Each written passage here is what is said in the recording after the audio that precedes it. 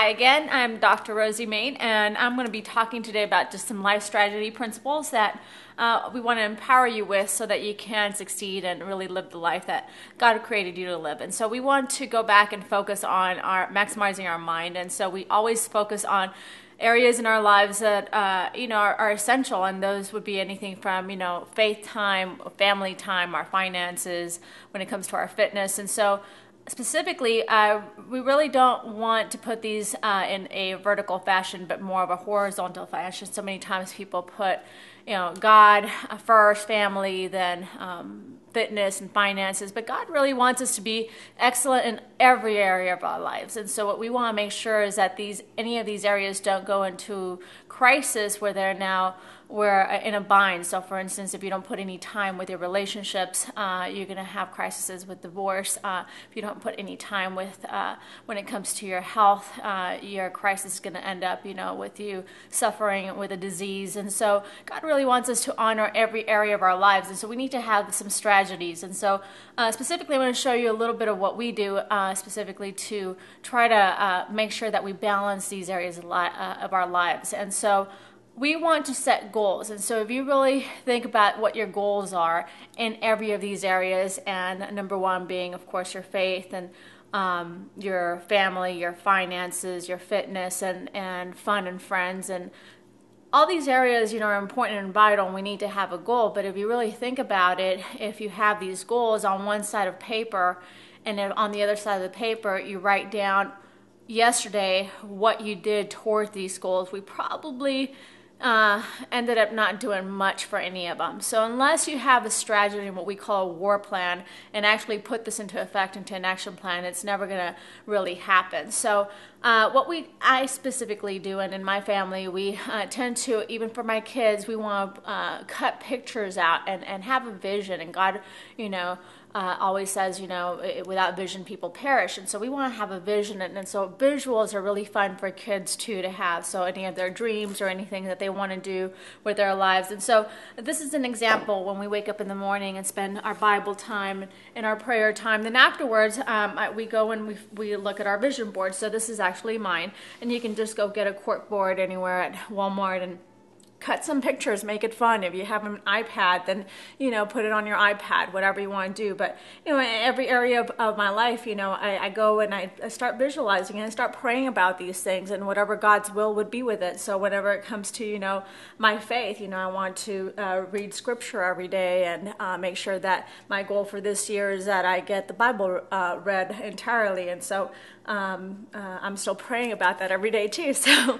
and then so of course, whenever it comes to my family, just I visualize specifically, what that would look like. And when it comes to even my own confidence, sometimes here I have a kitten and a lion. We tend to, of course, limit ourselves, and we have negative beliefs about ourselves. But God sees us, like the lion. And so all these visuals I cut out so that we can then start envisioning what God truly wants us to achieve, and those dreams, God gave us. And so specifically any dream you have, whatever it is, He put it in your heart. And so you got to start visualizing. And there's another scripture, it says, as a man thinketh, so he is. And so if you start thinking this, apparently God will then start, opening those doors for you. So the next step is actually now, not only do you want to think it, you have to act on it. And so in every goal that you have, so let's say you have a goal to work out, you have to actually do the action plan. So you have a war plan, and so whether you write it out,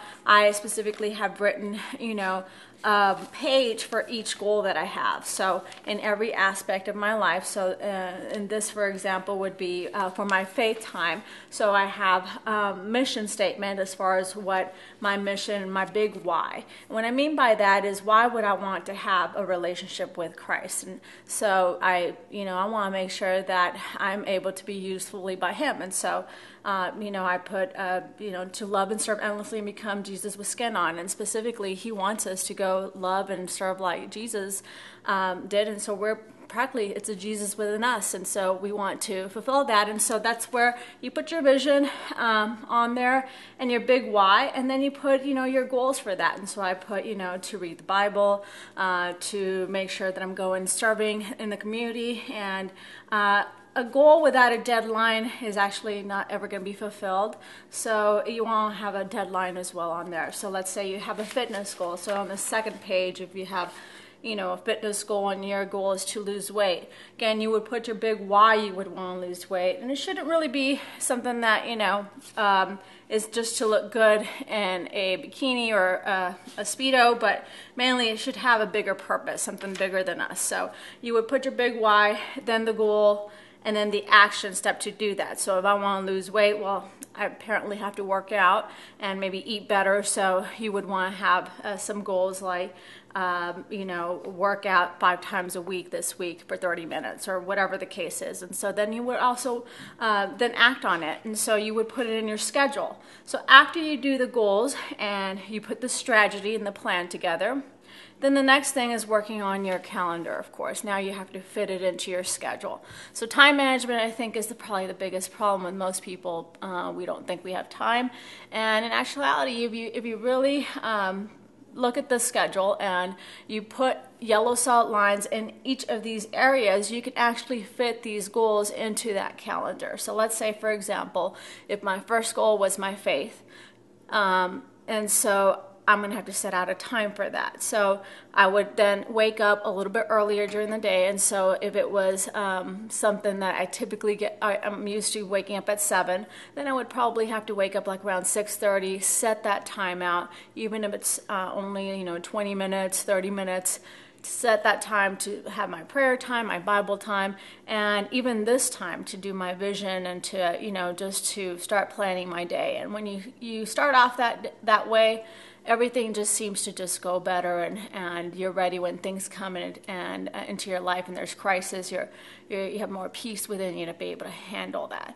So then the second goal, of course, I made was a fitness goal. And so, of course, right after my prayer time, let's say around 7:30, then from 7:30 to 8 for 30 minutes, I work out. And so you put that time. And the good news with that, you get that done with, and it's out of the way. And so now you have the rest of the day to tackle on anything from going to work to doing house chores, spending time with the kids and family, and doing all the other essentials and in the other areas such as family time and just even enjoyment in life, going having fun with friends. And so whatever the case is just going back and looking at your life, start setting these goals. And in Ecclesiastes it says, an axe that is left unsharpened, in other words, it just takes more work if you don't prepare yourself and if you don't sharpen your axe every day. You want to really just go back and start looking at where those weak areas in your life that